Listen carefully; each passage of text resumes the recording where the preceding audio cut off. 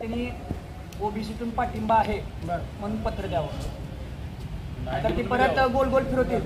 हैदराबाद गॅजेटरवर मी काम चालू केलंय, अमुक आणलं दस्तक, अमुक आणले, ही आणले, त्याच्यावर काम चालू आहे. आम्हाला आता काम बी नको. 7 दिवस झालेत, कोणाची काय भूमिका स्पष्ट येत नाही. ओबीसीतून आरक्षणाची पाठिंबा, जरांगे पाटलांच्या मागण्याबद्दल तुम्हाला पाठिंबा आहे का नाही, 2 ओळी फक्त पत्र द्या म्हणावं. लांब लचक बी देऊ नका म्हणावं. म्हणजे एखादा फॉर्मॅट इथले काही आमदारांनी दिला असं तसा दिला तर त्यांच्या नावानं चालूच आहे. फॉर्मॅट साहेब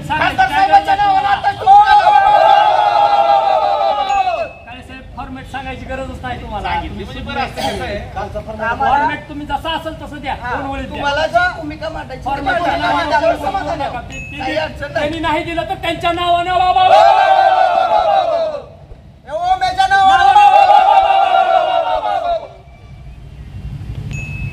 मत मागा येतात तसं आमचा अधिकारात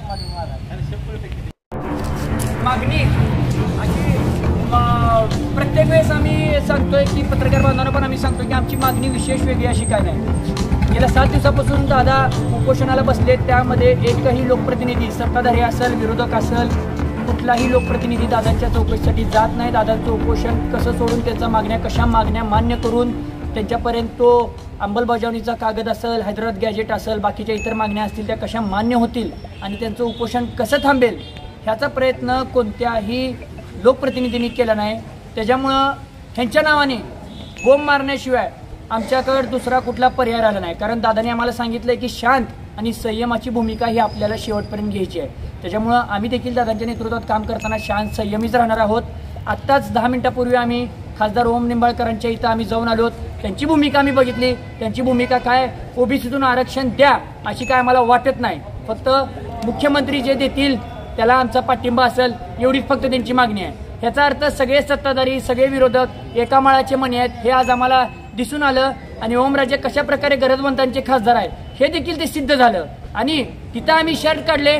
इथं जर आम्हाला आमच्या मागण्या जर त्यांनी लवकरात लवकर कागद दिला नाही, जी काय मागणी असेल ती ओबीसीतून म्हणा ओबीसीच्या बाहेर म्हणा, जर दिलं नाही तर आमचे राहिलेले उर्वरित कपडे निघतील आणि आम्ही इथून घरी जाताना आम्ही अक्षरशः आम्ही नंगाहून नागडहून आम्ही आमच्या घरी परतणार आहोत.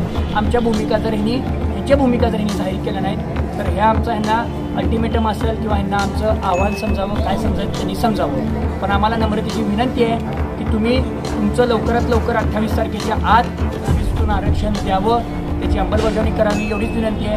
कारण यांनी अंधारात दगड मारून 28 तारखेपासून आचारसंहिता लागू होईल असा एक अंदाज दर्शवला आहे. याचा अर्थ की मनोजदादांचं कुठतरी खच्चीकरण करण्याचा ह्या सगळ्या सत्ताधारी विरोधकांचा प्रयत्न दिसतोय. आणि हे आम्ही एक कट्टर मराठा समाजाच्या मनोजदादांचा संघर्ष त्याचे कट्टर समर्थक म्हणून यांचा हा डाव उधळून लावल्याशिवाय आम्ही राहणार नाही. एक मराठा, अरे या सरकारच्या बैलाला, अरे या विरोधकांच्या बैलाला, मनोजदादा तू मागे बढ़ो, हम तुम्हारे साथ हैं, लढेंगे.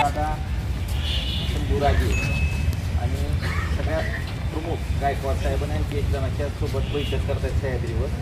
त्या बैठकीच्या नंतर त्यांना मी सांगितलं असा ते जे कायद्यामध्ये शक्य आहे त्या अनुषंगाने तुम्हाला पत्र दिलं. द्या म्हणावं पत्र द्या म्हणावं. काय कायदा अनुषंग म्हणता येईल द्या म्हणावं तरी पत्र द्या म्हणावं. आता मीटिंग संपल्यावर काय मी तुम्हाला सध्या म्हणलं दादा मंदिर हैदराबाद गॅजेटचं आम्हाला माहिती होतं की पहिलं प्ले कार्ड सेफ कार्ड घेऊन खेळणार हैदराबाद गॅजेटचं. आम्ही सकाळपासून व्हिडिओ हैदराबाद गॅजेटचं तुम्ही सांगूच नका आम्हाला. संघर्ष होता आमचा चांगला मुद्दा हल्लाय कसा लागू करून घ्यायचा. तुमची भूमिका फक्त ओबीसी मधून आरक्षण द्यायची आहे का नाही एवढंच मत हो का नाही, फक्त येस और नो आणि पत्र द्या. येस और नो भूमिका आहे ती ह्याला कळवतो. त्याच्या अनुषंगानं जे कायद्यात टिकल अशा दृष्टीनं पत्र देतो. कायद्यात टिकल नाही ती काय द्यायची द्या म्हणावं. आम्ही बाहेर काय मेसेज द्यायचा समाजाला, काय समाजाला अपेक्षा आहे, काय समाजाला सांगायचं आमच्या पद्धतीने आम्ही सांगू. द्या म्हणावं 50% वरचं द्या म्हणावं. मराठ्यांना वेगळं आरक्षण द्या म्हणून अशी भूमिका असेल द्या म्हणावं. त्यांची मत काय तेवढं आम्हाला मत पाहिजे. कारण आता वोट ठेवलंय 10 वेळेस जातील दादापाशी भेटून येते. मग आम्ही वैयक्तिक दादाबद्दल बोलत नाही बरं का, मी सगळ्याच आमदार खासदाराबद्दल बोलतोय. ही जाते काहीतरी बोलून येते, दादा आमचा पाठिंबा आहे म्हणून सांगून येते. अरे पण कुठं तुझा पाठिंबा? कागदाद्वारे कुठं आहे? नुसतं कानात जाऊन तुम्ही सांगून येता दादाच्या की आमचा संघर्ष होता हाय बोळा, ठीक आहे म्हणते, त्याला वाटते की बाबा हाय सगळे हाय पाठिंबा, पण तुम्ही कागदाद्वारे द्या ना पाठिंबा. मराठा राणादादा मराठा आमदार म्हणून मराठ्यासाठी काय करणार आहे त्यांचं मत व्यक्त करा गावात. तुमची कालपत्र अशी करायची जसं काय हे इतके दिवस काय काय फिरलं नाही. काल हे पाठवले आता फिरलं जसं काय हे सर्वसाठी लय केले पूर्ण महाराष्ट्रात. हां काय जरा द्यायचं हे केलं नाही का कालचे पत्र दुसरा सगळ्यांनी झाले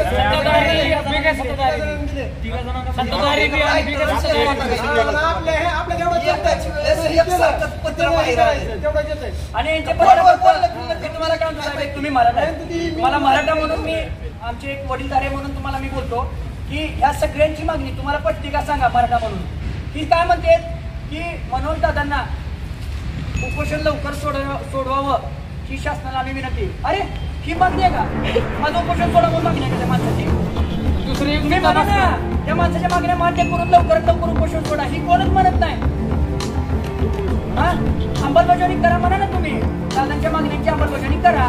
का तुम्ही हाकेच्या विरोधात तुम्ही भूमिका घेत नाही? का तुम्ही म्हणत नाही हाके विरोध करताय बिना परमिशनचं बसलाय रस्त्यावरती, मराठ्यांना त्याचा त्रास होत आहे, का कोणता आमदार बोलत नाही?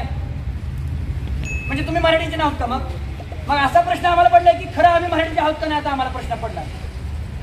एवढी संख्या असून एखादा तोंडावरती बसून विरोध करताय.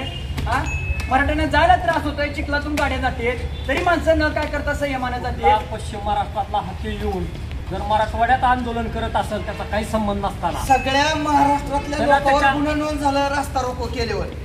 ती रास्ता रोको नाही का महाराष्ट्राच्या बाहेरचा रस्ता आहे. ती आंतरवली सराटीकडे जाणारा रस्ता म्हणजे प्रति पंढरपूरकडे जाणारा रस्ता जर एखादी व्यक्ती अडवत असेल आणि हे हिंदुत्ववादी म्हणणारं सरकार जर मराठ्याचा रस्ता अडवत असताना त्याला जर गुन्हा नोंद करत नसेल तर ते चुकीचं नाही का या सरकारचं?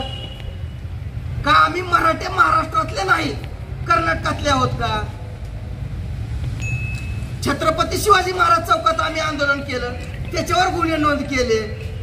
मग ते रस्त्यावर ते बसले व्यक्ती त्याच्यावर का गुन्हा नोंद नाही? त्यानं आंदोलनाला आमचा विरोध नाही, त्यानं त्याच्यापेक्षा मोठा रस्ता अडवावा, पण सरकारनं त्याच्यावर बी गुन्हा नोंद करावा. ही तुझ्यापणाची भूमिका मराठ्यासोबत का?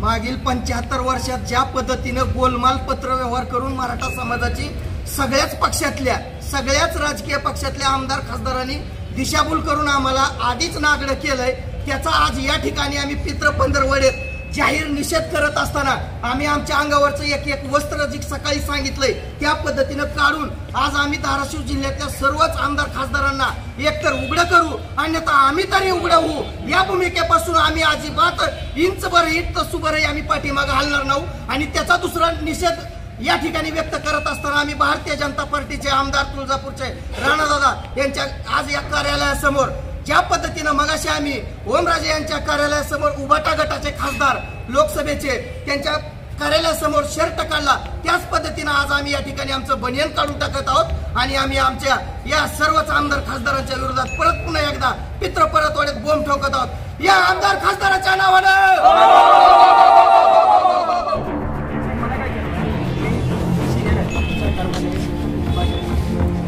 सरकारची भूमिका खरंच सरकारला असं वाटतं का की आम्ही जे वेल एज्युकेटेड संयमी सुसंस्कृत घरातले मराठे गरजवंत मराठे आणि हा संयम सोडून तर आम्ही जाळपोळ करावी, आम्ही तोडफोड करावी, एखाद्या आमदार खासदाराला मारावं ही अपेक्षा आहे का मला सांगा?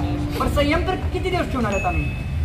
नुसतं आम्ही येतोय आंदोलन करतोय, आमची दखल कोण घेत नाही, आम्हाला नुसतं पाठिंब्याचं पत्र कोण देत नाही. पण आता इथून पुढं एकतर आमदार खासदार मरतील नंतर एकतर मराठा मरेल, ही तुम्हाला मी आज जाहीरपणे सांगतो. का? कारण आमची मनस्थिती फार आमच्या बुद्धीचा आम्ही फक्त दादांकडे बघून ती संयम राहावा, त्या माणसाकडे एवढा संयम म्हणून आम्ही फक्त संयम होतो. आणि त्या माणसाच्या अंगाला डाग लागता कामा नये, दादांच्या अंगाला कोणत्याही प्रकारचा डाग लागता कामा नये, त्यांच्यामुळे हे घडलं असं व्हायला नको म्हणून फक्त आम्ही शांत आहे. इतके दिवस शांततेनं चांगलं अहो काय- साहेब किती मत्तेत म्हणून 1.5-2 वर्ष झाले संयम किती ठेवणार संयम साहेब? दोन संयम किती या ठेवणार? आठवड्यात 2 आत्महत्या झाल्या आपल्या जिल्ह्यात. झालं ना आम्ही जाऊन आलो. आणि आम्ही आत्महत्या तरी सारखं किती जाऊन तुम्ही आलो. जाऊन आला तुम्ही 5 लाखाची 2 लाखाची मदत कराल होणार आहे का ती भरून निघणार आहे का आज- त्या बांधवाच्या खर्च भरून निघणार आहे का आज मुलगाचा 6वा-7वा दिवस आहे. त्यांचं जर बरं वाईट झालं तर ह्याला शासन सर्वस्वी जबाबदार राहील आणि इथून पुढं जे काही गोष्टी अनुचित प्रकार घडतील त्यालाही शासन जबाबदार. माझी विनंती आहे सगळ्या तुम्हाला. आंदोलन करणं अधिकार आहे आपला सगळ्याचा. बरं साहेब, आम्ही हक्कासाठी. चुकीच्या पद्धतीने आंदोलन पण नाही, करतोय का? एक मिनिट आहे का पण तुम्ही जर असं काही त्याच्यात कसं आहे गालबोट लागली त्याच्यात असं करू नाही नाही, नका. आमच्या अंगात सध्या भगवान गौतम बुद्ध आहे काय सांगा? त्याच्यामुळे गालबोट तुम्ही लागला काय- ह्या पद्धतीने तुम्ही काय त्याच्यात लागलं छत्रपती सांगा? शिवाजी महाराज घालायचा फक्त प्रयत्न करू नका. तसं घुसल्यानंतर आम्ही काय तुम्हाला करतो परवडणार सांगा नाही. साहेब? आम्ही संयमाने खासदाराच्या बी दारात गेलो संयमाने आलो फक्त आम्हाला तुमची भूमिका सांगा जेणेकरून आम्हाला जिल्ह्याला तुमचं खरा चेहरा दाखवता येईल की बाबा यांनी आतापर्यंत फक्त 2 वर्षात फिरवाफिरवीच केली आहे आणि काय ह्यांच्या मनात आरक्षण बिरक्षणाचं नाही फक्त ह्यांची स्वतःची घरं भरायची आहेत त्यांना स्वतःला मोठं व्हायचं आहे की आम्ही समाजाला सांगू ना हा जी तुम्ही पाठीमागून जाऊन सारखं दादांपाशी जाऊन समाजाच्या डोक्याची तुम्ही घालवले की बाबा आम्ही तुमच्या बाजूने आम्ही ती तुम्ही पत्राद्वारे सांगा तुम्ही खरंच बाजूने आहे का तुमच्या बाजूने बरं आम्ही डॉक्टरकडून नाचतो. अजून बी नाचू आम्ही अजून नाचतो. आमचा काय वैयक्तिक विरोध आहे का राहणार?